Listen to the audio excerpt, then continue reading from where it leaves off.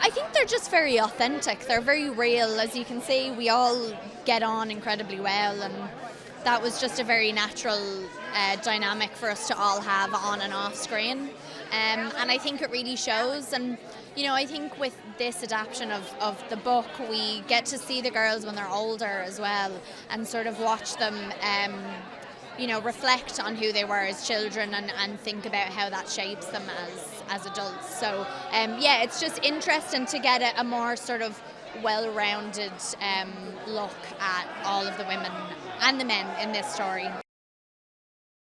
This is the thing, is that I think so many depictions of like the past have been quite stale and stiff, and I think when you think about it, it's probably because everyone sort of focuses on portraiture and paintings and sort of posed images essentially, and not very like naturalistic, more relaxed stuff. And so Greta obviously didn't want to do that because she's a great director and she's got good taste, and she looked at the work of like Winslow Homer and photographers from the time that just depicted men and women as more relaxed, and I think that in itself just made it more current, just the style of it did.